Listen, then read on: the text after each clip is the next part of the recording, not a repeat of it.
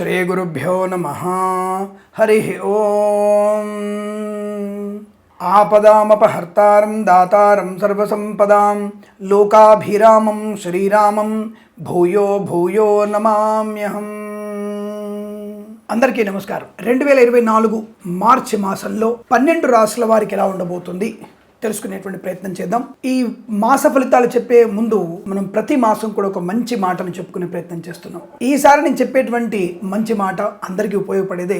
మీ పిల్లలకి వయసు మీరిన తదుపరి అంటే వారు ప్రయోజకులుగా ఉన్నటువంటి సమయాన్ని సందర్భాన్ని బట్టి మీరు పిల్లలకి వాహనం ఇప్పించే ప్రయత్నం చేయండి. దయచేసి కొన్ని ప్రాంతాలలో వాళ్ళు చేసినటువంటి ర్యాష్ డ్రైవింగ్, అనవసరమైనటువంటి ఖర్చులు, అనవసరమైనటువంటి వ్యసనాలు, దానికి తోడు వాహన వేగం, ఇది మీకు ప్రమాదాన్ని, కుటుంబ వ్యక్తులని పోగొట్టుకునేటువంటి ప్రయత్నం జరగబోతోంది.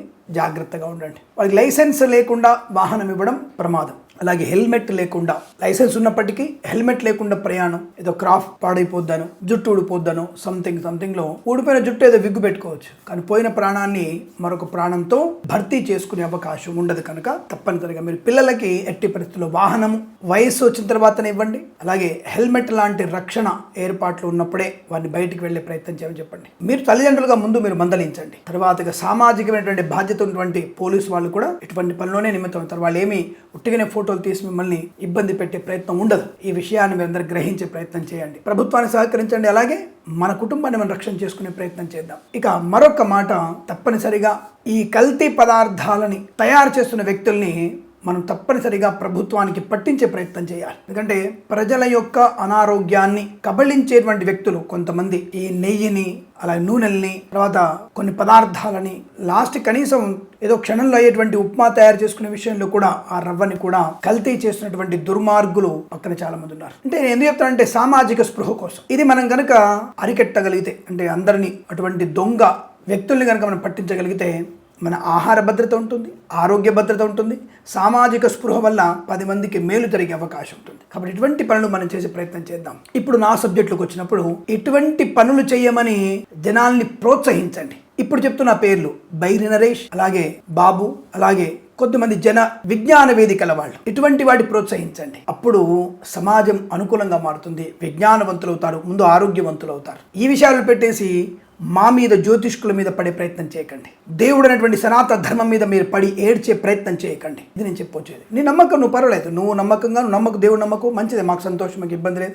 మాకంటే ఎక్కువ మీరే ఆ దేవుడు స్మరణ చేస్తారు. మీరు ఎవరైనా సరే ఇప్పుడు స్పష్టంగా పేర్లు చెప్తాను. కొంతమంది నా పేర్లు ఊటంకిస్తారు కాబట్టి నేను ధైర్యంగా పేరు చెప్పగలుగుతాను, నాకేం భయం లేదు. నీ దేవుళ్ళ నమ్మకం నీది, నో ప్రాబ్లం. నీ కుటుంబము, నీ పిల్లలు, నువ్వందరూ కూడా అటువంటి నమ్మకం లేకుండానే బతకండి, హాయి సంతోషం. అనాదిగానే ఉన్నారు, అనాదిగానే ఒక కాలంలో కూడా, దేవుళ్ళ కాలంలో కూడా దేవుడు ఉన్నాడా అని చెప్పేసి మాట్లాడిన వాళ్ళు చాలా మంది ఉన్నారు. కాబట్టి విప్రనారాయణుడు కానీ, అలాగే విఠలుడు కానీ ఎదురు కూడా భగవంతుడు కనిపించడా, నాకు ఇంత చేయడా అని చెప్పేసి బాధపడ్డవాళ్ళు. కాబట్టి దేవుళ్ళ నమ్మకం నీది, నాకు అభ్యంతరం లేదు, నాకు ఎటువంటి నీ మీద ఇబ్బందికరమైనటువంటి వ్యాఖ్యానం కూడా లేదు. కానీ నా గురించి తప్పుడు ప్రవర్తనగా మాట్లాడితే, నా దేవుళ్ళకు తప్పుడుగా మాట్లాడితే అది ఎవరినైనా సరే మేము శునకాలతో సమానంగా చూస్తాం. ఇది మా గ్యారెంటీ. నీ మనోభావాలను దెబ్బకొట్టాం, మా మనోభావాలను దెబ్బకొట్టే ప్రయత్నం చేయకూడదు. అలాగే జ్యోతిష అంశాల గురించి జ్యోతిషం నేర్చుకున్న తర్వాత మాట ప్రయత్నం లేదంటాను, పరిశోధన చేద్దాం. ఎటువంటి వ్యతిరేకమైన వ్యక్తులకి సమాధానం ఇవ్వగలిగేటువంటి జ్యోతిష్కుడుగా, వేద పండితుడుగా, బ్రాహ్మణోత్తముడుగా తయారై, సద్బ్రాహ్మణుడిగా తయారై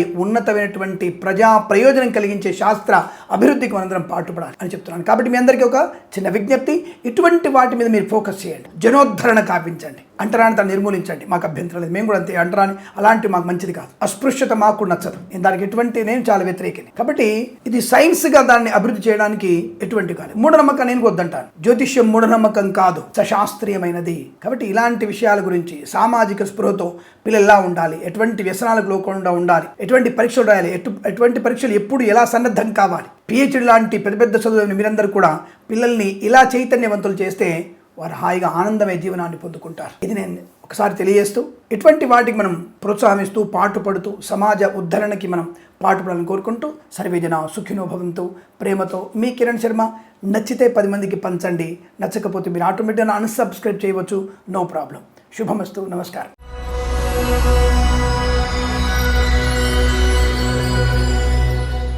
ఇప్పుడు మనం 12 రాశుల వారికి ముందుగా మేషరాశి వారి ఫలితాలు మార్చి 2024 ఎలా ఉన్నాయో తెలుసుకుందాం. ముందుగా ఈ రాశి వారికి 4 వారాలుగా విభజించినప్పుడు 3 వారాలు అద్భుతంగాను 4వ వారంలో సామాన్య ఫలితాలుగా చెప్పబడుతోంది. అద్భుతమైన ఫలితాలు ఏంటి అని అడిగితే విద్యా సంబంధ విషయాల్లో చాలా బ్రహ్మాండమైన శుభయోగాలు ఉన్నాయి. IELTS, GRE, TOEFL, academic, science, law, MBA లాంటి పరీక్షల్లో పరిపూర్ణమైనటువంటి విజయం సాధించే అవకాశాలు ఉన్నాయి. ప్రతి పరీక్షలో టాప్ ర్యాంకులో పొందుకునే అవకాశం కనబడుతుంది. మొదటి వారంలో ఉత్తమ స్థాయి పరీక్షాభివృద్ధి, 2వ వారంలో ఉత్తమ ఉద్యోగ ప్రాప్తి పొందుకునే అవకాశం. ఏ ప్రభుత్వ రంగ ఉద్యోగ ప్రయత్నం మీరు చేస్తున్నారో ఆ ప్రభుత్వ రంగ ఉద్యోగ ప్రయత్నంలో మీకు సఫలమయ్యే అవకాశాలు ఉన్నాయి. అలాగే ప్రైవేట్ సెక్టార్లో పనిచేస్తున్న వారు కూడా చాలా మంచి ప్రయోజనం కలిగించే ఉత్తమ స్థాయి ఉద్యోగ ప్రావీణ్యత, బెంచ్ మీద ఉన్న ఉద్యోగం తప్పక ప్రాజెక్టులో వెళుతుంది. మీరు విదేశాలు ఉన్నవారు గ్రీన్ కార్డు కోసం, పిఆర్ కోసం ఎదురు చూస్తున్న వారికి తప్పకుండా మీకు ఈ మాసంలో 2వ వారంలో తప్పకున్నటువంటి అవకాశాలు ఉన్నాయి.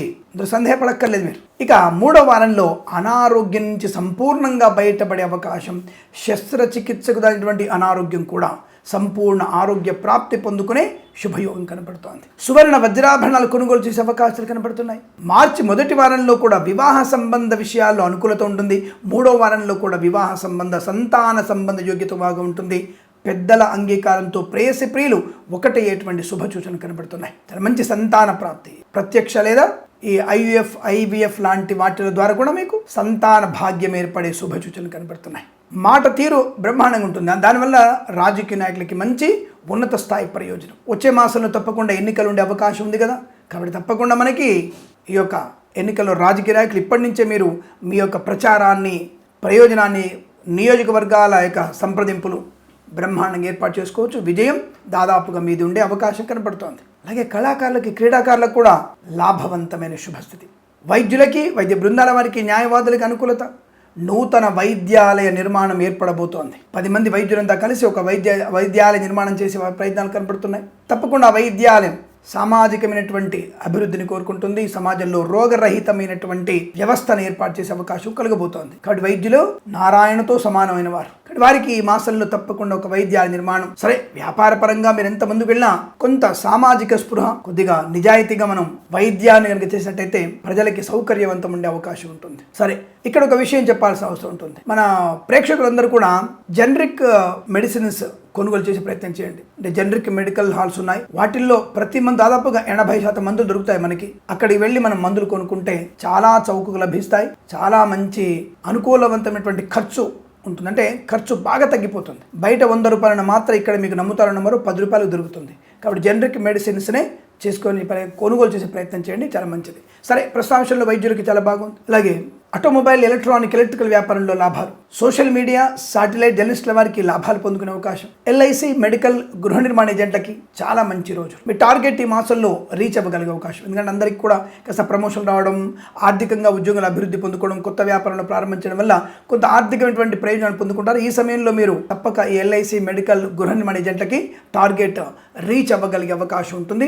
అది 2-3 వారాల్లో మీరు అభివృద్ధి పొందుకుంటారు. అయితే 4వ వారంలో సామాన్య ఫలితాలని చెప్పినప్పుడు ఏంటంటే ఇక్కడ ముఖ్యంగా గుర్తుపెట్టుకోవాల్సింది share market, speculation, communities, crypto currency, bitcoins, లాటరీల వల్ల, జూదం వల్ల కానీ, అప్పులు చేయాల్సిన విషయంలో కానీ, లేదా దూర ప్రయాణాల విషయంలో కానీ కాస్త అప్రమత్తంగా ఉండండి చెప్పడం 4వ వారంలో.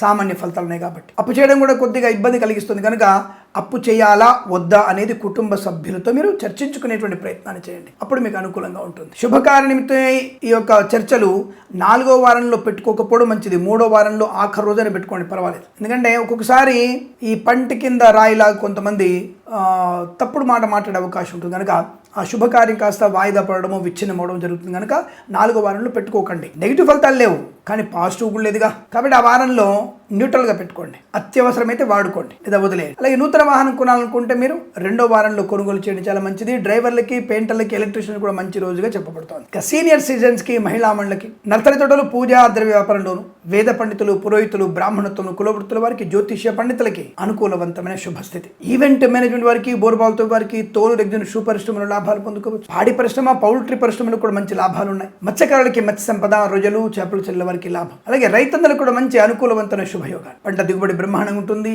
పంట కాపు బాగా కలిసి వస్తుంది. మంచి విత్తనాలు లభించాయి. సమృద్ధి నీరు ఉంటుంది. తప్పకుండా మీకు అనుకూలవంతమైన పంట సౌలభ్యం బాగా కనపడుతోంది. పూలు, పళ్ళు, కూరగాయలు, మినపగుళ్ళు, చింతపండు, బెల్లము, మిర్చి, పత్తి పరిశ్రమ, సూపర్ మార్కెట్, కిరాణా వ్యాపారంలో కూడా లాభాలు పొందుకునే అవకాశాలు ఉన్నాయి. మంచి ఆనందకరమైన రైతుకి శుభయోగాలు. ఈ అల్లము, తర్వాత దుంప కూరలు, కూరగాయలు పండించే వారికి చాలా లాభకరంగా ఉంటుంది. విదేశాలకి ఎక్స్పోర్ట్ చేయగలిగేటువంటి అవకాశం కనబడుతోంది. సోదరుల మధ్య ఏకాభిప్రాయం, ఆస్తి పంపకాల్లో అనుకూలతలు పొందుకోవడం, స్థిరాస్తుల్ని కొనుగోలు చేయడం, ఉమ్మడి ఆస్తుల్ని అభివృద్ధి చేసుకోవడం, కోర్టు వివాదాలు సమసిపోయే అవకాశం, రుణపీడా పరిహారం, రోగనాశనం, బంధులాభం, మిత్ర సౌఖ్యం, ఇంట్లో ఏదైనా శుభకార్యం జరిగే అవకాశం లాంటివి కనబడుతున్నాయి. సినిమా రంగంలో వ్యాపార లాభం, నటీ నటులకి, దర్శక నిర్మాతలకి, సంగీత నృత్య దర్శకులకి లాభాలు పొందుకునే అవకాశం. ఫార్మా, సిమెంటు, ఐరన్, ఇటుకలు, ఇసుక, రాగి, ఇత్తడి, మైనింగ్, కన్స్ట్రక్షన్, రియల్ ఎస్టేట్, మద్యపానం, హోటల్ వ్యాపారం, ఇంటీరియర్, ఎక్స్టీరియర్ ఫర్నిచర్, గాజు పరిశ్రమలో కూడా మంచి లాభాలు పొందుకునే అవకాశాలు ఉన్నాయి. Boutiques, beauty parlour, bamboo depot, బాణసంచ కర్మాగారం, టైల్స్, టైర్ల వ్యాపారం, ముద్రణాలయము, గ్యాస్ వ్యాపారం, వాటి అభివృద్ధి పొందుకునే అవకాశాలు కూడా ఉన్నాయి. ఊహించని శుభ సంఘటనలు జరిగే అవకాశాలు, రావాల్సిన బాకీలు వసూలు చేసుకోవడం, ఏదైనా కారణం చేత ఉద్యోగాన్ని పోగొట్టుకున్న వారికి మంచి ఉద్యోగ ప్రయత్నం లేదా తిరిగి ఉద్యోగ నియామకాన్ని పొందుకునే అవకాశం, తాత్కాలిక ఉద్యోగం పర్మనెంట్ అవ్వడం, ఉన్నతమైన వ్యక్తులతో పరిచయం లాభాన్ని కలిగిస్తుంది. మంచి వ్యాపార లాభాదేవి లాభాలు, భాగస్వామ్య వ్యాపారంతో కలిసి వచ్చే అవకాశాలు, విదేశాల్లో, స్వదేశంలో అనుకూలవంతమైన విద్యా ఉద్యోగ వ్యాపారాలను, తీర్థయాత్ర సేవన, మొక్కులు తీర్చుకునే అవకాశాలు, చాలా మంచి అనుకూలవంతమైన ఆదర అభిమానాలతో, శుభయోగాలతో, ఇంట్లో వేడుకలతో ఆనందమయ జీవనాన్ని పొందుకునే అవకాశాలు ఉంటాయి. 4వ వారంలో కాస్త సామాన్య ఫలితాలు ఉన్నాయి కాబట్టి మీకు వీలైతే రుద్రపారాయణం చేయించుకోండి. తప్పకుండా మీరు రుద్రపారాయణం చేయించుకోవడం వల్ల చాలా మంచి సౌలభ్యాన్ని పొందుకుంటారు. అనుకున్న పనులు సమయానుకూలం పూర్తి అవకాశం. అలాగే భాగవత పారాయణం కూడా చేయండి. అలాగే భగవద్గీత పారాయణం కూడా చేసే ప్రయత్నం చేయండి. ఈ భగవద్గీత కూడా మీకు 4వ వారంలో 8 నుంచి 16 అధ్యాయాలు కంటిన్యూగా చదవండి. చాలా మంచి ప్రయోజనాన్ని పొందుకునే అవకాశాలు ఖచ్చితంగా ఉంటాయి. ఇలా ఈ వారంలోనూ ప్రతి వారంలో కూడా మీకు శుభయోగాలు కలగాలని మనస్ఫూర్తి కోరుకుంటూ సర్వేజన సుఖినో భవంతు. స్వస్తి ప్రజాభ్య పరిపాలయంతాం న్యాయేన మార్గేణ మహిం మహేషాః గోబ్రాహ్మణేభ్యః శుభమస్తు నిత్యం. లోకా సమస్తా సుఖినో భవంతు.